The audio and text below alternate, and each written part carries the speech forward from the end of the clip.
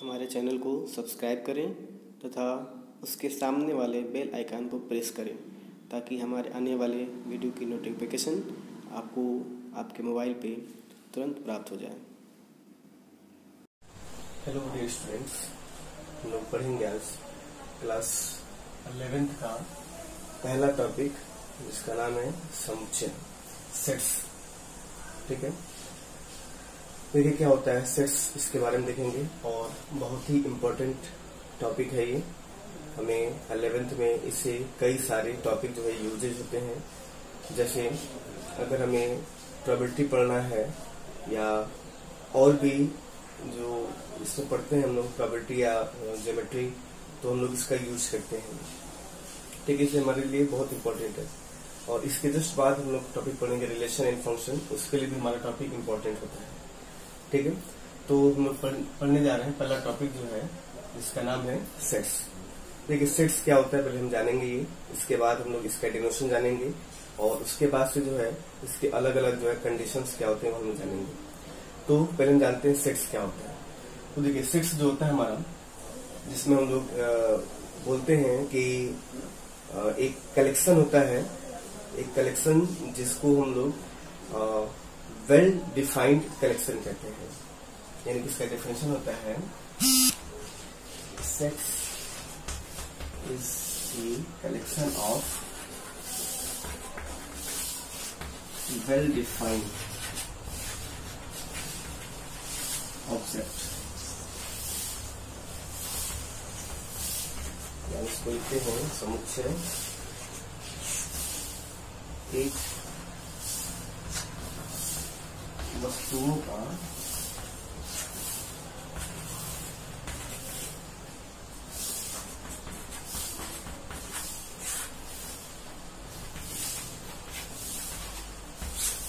सुपरिभाषित संग्रह है। सुपरिभाषित, well defined यहाँ बोला गया है, एक नाम लिया गया वेल डिफाइंड सुपरिभाषित। देखिए क्या होता है समझते, वेल डिफाइंड या सुपरिभाषित का मतलब होता है जिसको हम लोग श्योरिटी से डिफाइन कर सकें, श्योरिटी से हम लोग डिफाइन कर सकें, उसी को हम बोलते हैं वेल डिफाइंड। ठीक है, तो श्योरिटी का मतलब है जैसे हम लोग बोले, जैसे एग्जांपल लें कि प्राकृतिक संख्याओं का समुच्चय, नेचुरल नंबर्स, तो क्या है हमारा वेल डिफाइंड ऑब्जेक्ट है। ठीक है, जिसमें पता है कि हमें इसमें जो है प्राकृतिक संख्याओं में क्या क्या संख्याएं आती हैं, 1 2 3 4 5 6 7 8 ऐसे। ठीक है, हम बोल रहे कि इवन नंबर्स, सम संख्याओं का समुच्चय, तो भी क्या है हमारे वेल डिफाइंड ऑब्जेक्ट है, क्योंकि इसमें पता है कि इसमें क्या क्या टॉपिक्स आएंगे, क्या क्या चीज आएंगी। तो जैसे हम लोग कहें कि भारत में राज्यों का समुच्चय, तो हमें पता है कि राज्य 29 राज्य हैं, तो हमें पता है वेल डिफाइंड ऑब्जेक्ट है। आर्य भाषा में जो हमें श्योरिटी हो पता हो उसको हम लोग बोलते हैं कि वेल डिफाइंड ऑब्जेक्ट है। ठीक है, उसी को हम बोलते हैं सुपरिभाषित है।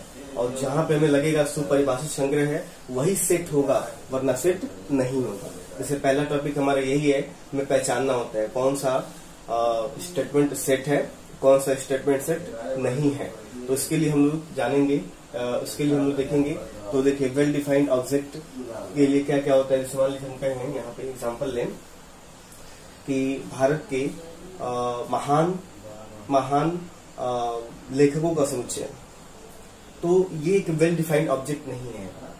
वेल डिफाइंड ऑब्जेक्ट इसलिए नहीं है क्योंकि यहाँ पे वैज्ञानिकों की गणितज्ञों की संख्या या लेखकों की संख्या जो है बहुत से हैं, लेकिन यहाँ पे कहा जाएगा महान, ग्रेट। ठीक है, तो महानता जो है एक वेल डिफाइंड ऑब्जेक्ट नहीं है। ठीक है ना, क्योंकि महानता जो है आपके सबके लिए अलग अलग होता है। जैसे मान लीजिए कि मैथमेटिक्स का कोई गणितज्ञ है तो उसकी ग्रेटनेस अलग है। ठीक है, कोई इंग्लिश का है तो उसका अलग है, इसलिए ये वेल डिफाइंड ऑब्जेक्ट नहीं है। ठीक है ना, जहाँ पे महान लग जाए, जैसे कहा जाए कि एक क्लास में जो है बुद्धिमान बच्चों का समुच्चय, इंटेलिजेंट बॉयज का जो है एक सेट है, तो ये भी जो है कोई वेल डिफाइंड ऑब्जेक्ट नहीं है, क्योंकि इंटेलिजेंस जो है किसी एक पर्टिकुलर सब्जेक्ट में हो सकता है या हो सकता है कि 2 सब्जेक्ट में हो। सारे सब्जेक्ट में इंटेलिजेंस की कोई हम संकल्पना नहीं कर सकते हैं। ठीक है ना, इसलिए जो है जहाँ पे ये सब चीजें होती हैं उसको हम बोलते हैं वेल डिफाइंड ऑब्जेक्ट नहीं है। आर्य भाषा में तो हम क्या बोलेंगे, सुपरिभाषित को, वेल डिफाइंड को, जो हमें क्या लगेगा कि श्योरिटी हो, जिसका हमें पता चले कि 100% श्योर हो, उसी को हम बोलते हैं वेल डिफाइंड ऑब्जेक्ट। ठीक है, अब हम लोग आगे बढ़ते हैं कि समुच्चय, प्राकृतिक संख्याओं के समुच्चय को हम लोग कैपिटल एन से दिखाते हैं। बोला जाएगा, अगर आपको ये डोनेशन एक चीजें हैं कि आपको अच्छा सेट जो है, सेट किसी भी सेट को जो है हम लोग एक कर्ली ब्रैकेट में लिखते हैं। किसमें लिखते हैं? कर्ली ब्रैकेट में। ठीक है, इसको, और इसको डिनोट कैसे करते हैं? कैपिटल लेटर से, इंग्लिश वर्ड के कैपिटल लेटर से, कैपिटल ई या कैपिटल बी या कैपिटल सी या कैपिटल डी, ऐसे इसको डिनोट करते हैं। और सेट के अंदर इसके एलिमेंट्स को हम लोग स्मॉल लेटर में लिखते हैं या कोई नंबर्स के फॉर्म में लिखते हैं, जैसे कि इस तरह से small A, E, I, O, you, ऐसे करके हम लोग लिखते हैं। ये अभी हम पढ़ेंगे सेट के डिनोशन कितने होते हैं। पहले हम सेट लिखते हैं तो कर्ली, हमेशा कर्ली ब्रैकेट में लिखते हैं। ठीक है, मॉड्यूलर ब्रैकेट में। जब भी आपको ये कर्ली ब्रैकेट मिल जाए, आप समझ जाएंगे कि ये क्या है, एक सेट्स है। ठीक है ना, क्या है? सेट्स है। आगे बात में, तो ये होता है हमारा सेट्स, इसको हम कैपिटल लेटर से डिनोट करते हैं। ठीक है, A B C D E F ऐसे करके। तो कुछ ऐसे होते हैं, कुछ जो है एलिमेंट्स, कुछ जो है ऐसे चीजें होती हैं, वस्तुएं होती हैं, जिसका डिनोशन हम स्पेशली करते हैं। ठीक है, स्पेशली उसी से हम लोग डिनोट करते हैं। जैसे यहाँ पे तो हमने ए और बी कुछ भी लिख दिया, लेकिन वहां पे हम स्पेशली किसी से भी लिख सकते हैं। ठीक है, जैसे कि एन बोले हम लोग, एन, तो इनको हम बोलते हैं प्राकृतिक संख्याओं का समुच्चय। ठीक है ना, क्या बोलते हैं? प्राकृतिक संख्याओं का समुच्चय। प्राकृतिक का मतलब तो ये है हमारा इसका डिनोशन, जो स्पेशली हम लोग जो है उसके डिनोट करते हैं हम लोग। जैसे कि पहला है नेचुरल नंबर्स, जिसको हम लोग कैपिटल एन से डिनोट करते हैं। ठीक है, कैपिटल एन अगर कहीं लिखा हुआ है तो हम समझ जाएंगे कि नेचुरल नंबर्स ही है। आगे बस में, ठीक है, हमें यहाँ इसको बोलते हैं प्राकृतिक संख्या। आर अगर लिखा हुआ है तो रियल नंबर्स बोलते हैं। ठीक है, कभी कभी ऐसे भी लिखा होता है R plus R minus. R plus का मतलब positive real number, R negative का मतलब नेगेटिव रियल नंबर्स। ठीक है ना, उसी तरह जेड है, जेड को हम बोलते हैं इंटीजर्स। जेड हम क्या बोलते हैं? इंटीजर्स। और अगर जेड प्लस लिखा है तो हम बोलते हैं पॉजिटिव इंटीजर, जेड माइनस लिखा है तो बोलते हैं नेगेटिव इंटीजर्स। ठीक है, क्यू को हम लोग बोलते हैं रेशनल नंबर से। क्यू को कैसे बोलते हैं? रेशनल नंबर से। देखिए अलग है थोड़ा सा, ये थोड़ा सा क्यू बोलते हैं इसको रेशनल नंबर। इसी तरह क्यू पॉजिटिव आएगा तो positive rational number, Q negative आएगा तो नेगेटिव रेशनल नंबर होता है। ठीक है, ओ आ गया तो उसको बोलते हैं ऑड नंबर्स, ई आता है इसको इवन नंबर्स बोलते हैं। ठीक है, ये होता है स्पेशलिस्ट का डिनोशन, जो हम लोग इस वर्ड से डिनोट करते हैं।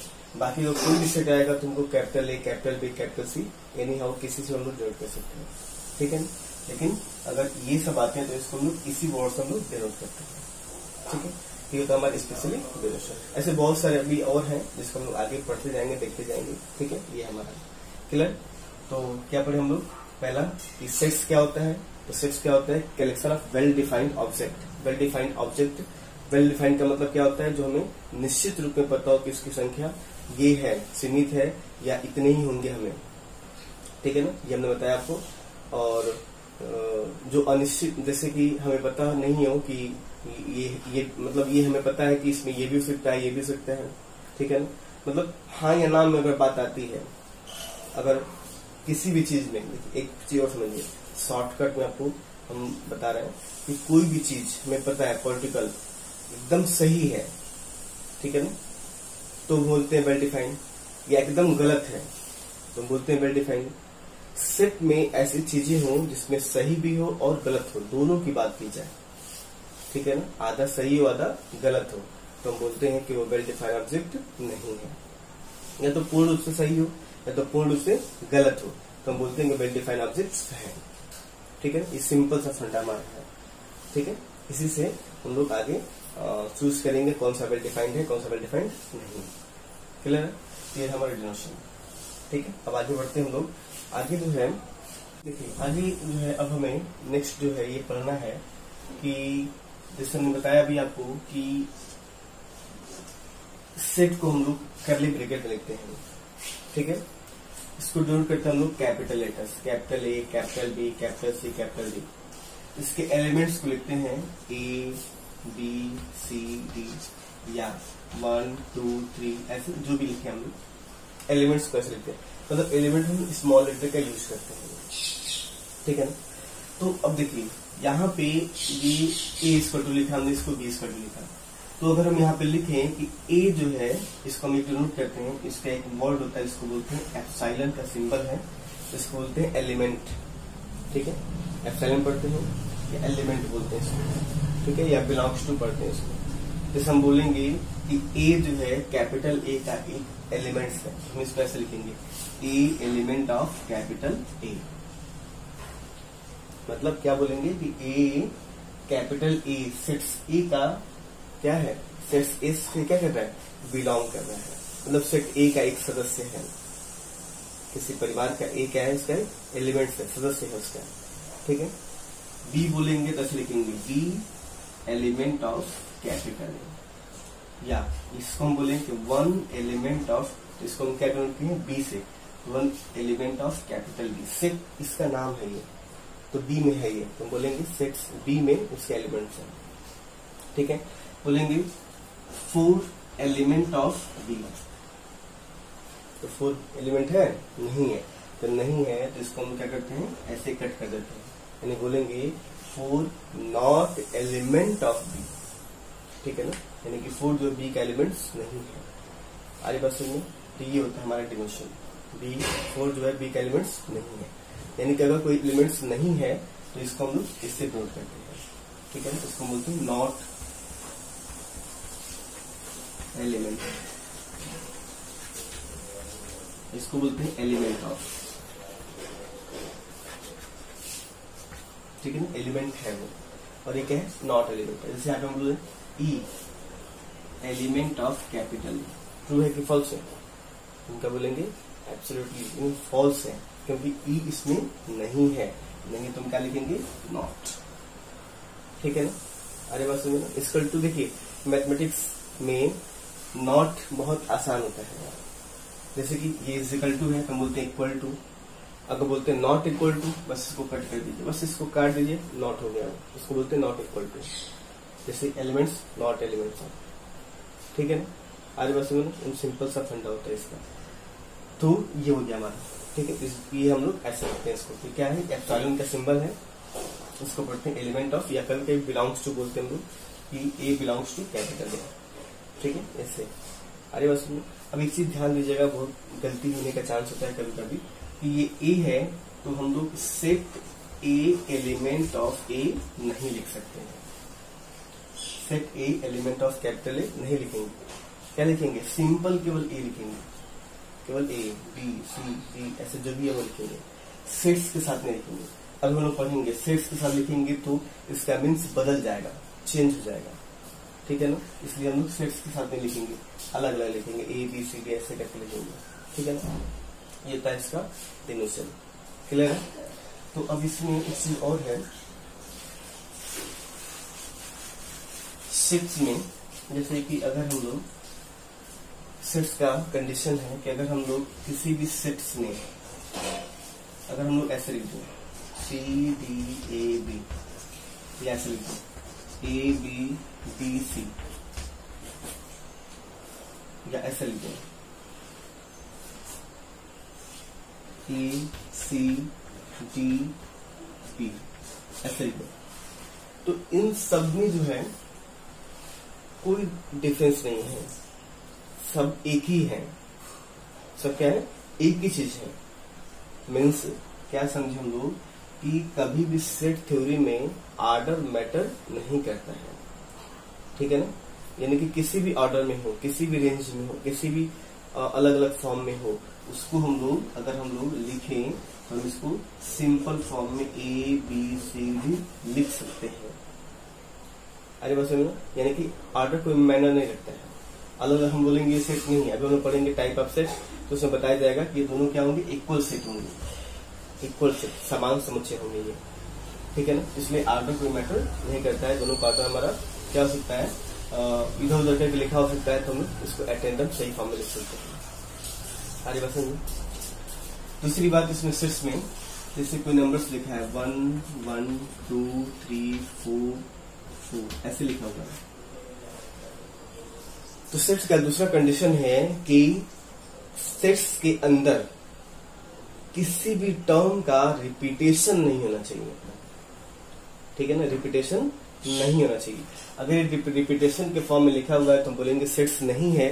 अगर हमें इसको करेक्ट करना होगा तो करेक्ट क्या करेंगे हम लोग, 1 2 3 4 इसको हम लोग इस फॉर्म में लिख देंगे, ये हो जाएगा करेक्ट हो जाएगा, सेट्स का करेक्ट फॉर्म हो जाएगा। आगे बस मैंने दो चीजें समझे हम लोग। पहली चीज कि किसी भी सेट्स में ऑर्डर कोई मैटर नहीं होता है। दूसरी चीज, अगर कोई एलिमेंट्स 2 बार 3 बार है तो उसको हम लोग क्या करेंगे, एक बार बस लिखेंगे, ऑर्डर कोई मैटर नहीं रखता है। ठीक है, ये दो चीजें हैं, क्लियर है। अब हम लोग पढ़ेंगे सेट्स का जो है डिनोशन, टाइप ऑफ डिनोशन कितने टाइप्स के होते हैं। देखिए समुच्चय का निरूपण, रिप्रेजेंटेशन ऑफ सेट्स। ठीक है, तो सेट्स को हम लोग 2 टाइप्स में रिप्रेजेंट करते हैं। There are 2 types. First type जो होता है हमारा, जिसको बोलते हैं हम लोग तालिका विधि।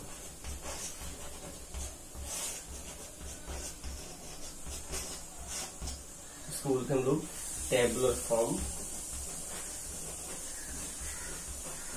या रोस्टर फॉर्म।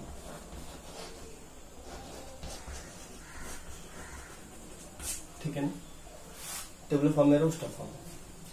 सेकेंड होता है जिसको बोलते हैं हम लोग समुच्चय निर्माण विधि।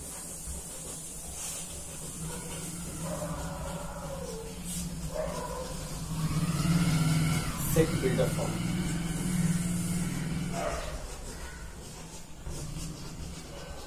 इसे बोलते हैं प्रॉपर्टी मेथड।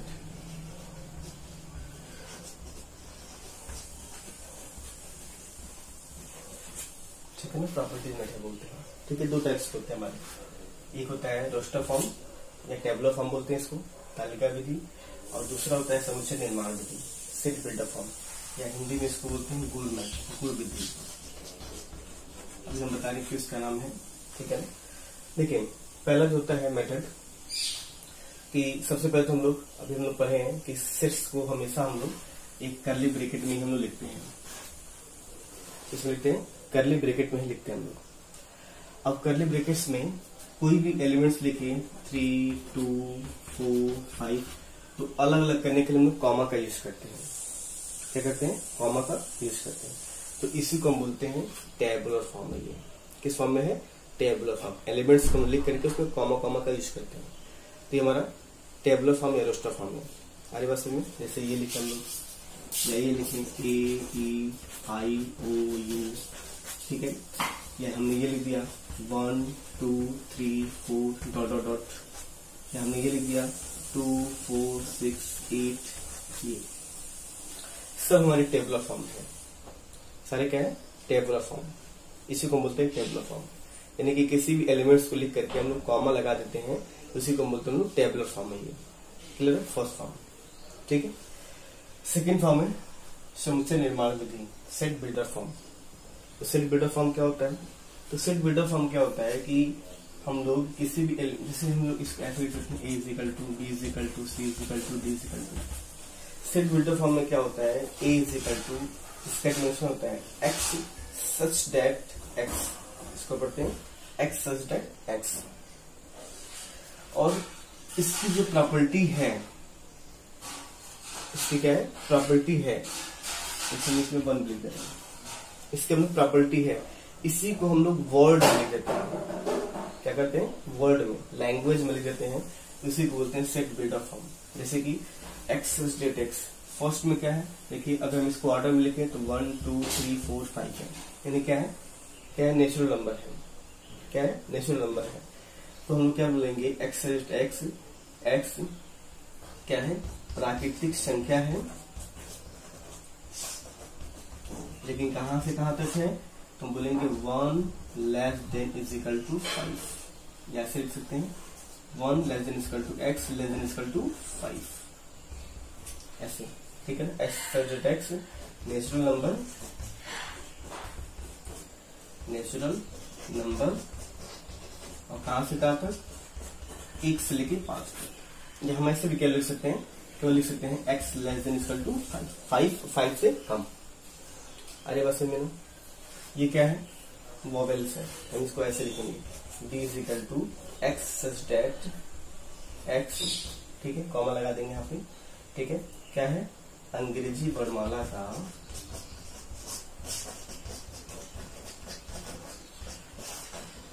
स्वर है, ठीक है, लिख देंगे x सच दैट x, ठीक है, वोवेल ऑफ इंग्लिश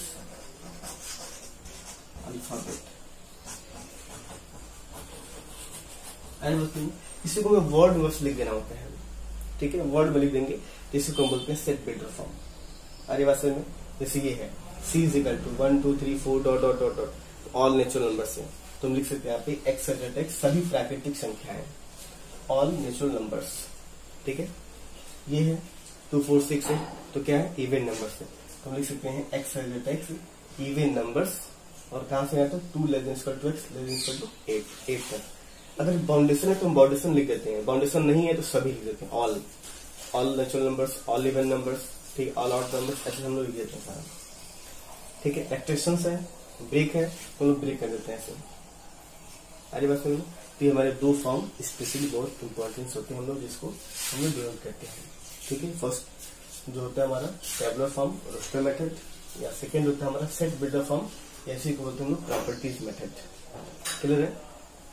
अरे बात सुनिए, तो ये हमारा दो डेनोशन है, इस पर हम लोग किसी एग्जाम्पल देख लेते हैं, और इसी के बेस पे हमारा एक्सरसाइज जो है 1.1 इसी के बेस पे एक्सरसाइज है, ठीक है। तो कुछ एग्जाम्पल में देखते हैं, एग्जाम्पल देखते हैं हम लोग, जैसे दिया हो a इज इक्वल टू 1 2 3 4 5, और आपको फिल करना है, फिल इन द ब्लैंक्स करना है, जैसे कि मान लीजिए दिया हो 3 dot dot dot e, 6 dot dot dot e, 5 dot dot dot e, ठीक है, 7 डॉट डॉट डॉट e। हमें बताना है कि कौन सा एलिमेंट है, कौन सा एलिमेंट नहीं है। तो मैंने बताई है 3 क्या है, इसमें है ना, तो हम बोल देंगे 3 एलिमेंट्स ऑफ ए। 6 इसमें है, नहीं है, तो बोलेंगे 6 नॉट एलिमेंट ऑफ ए। 5 है, तो बोलेंगे 5 एलिमेंट ऑफ ए। 7 नहीं है, तो 7 नॉट एलिमेंट ऑफ ए। बस हो गया, ठीक है। अरे बस में है तो लिख देंगे एलिमेंट्स है, नहीं है तो not elements of A. Clear? ये था पहला example.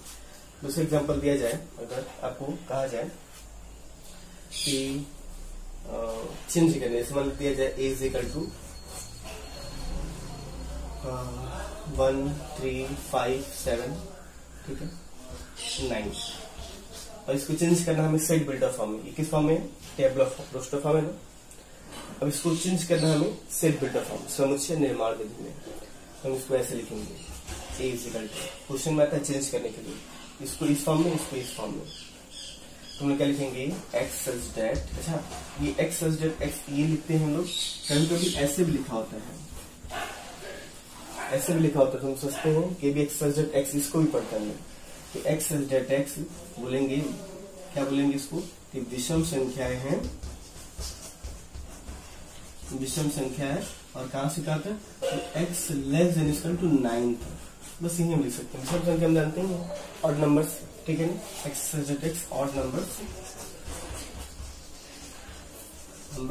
x less than equal to 9, x की जो वैल्यू 9 या 9 से क्या है, कम है।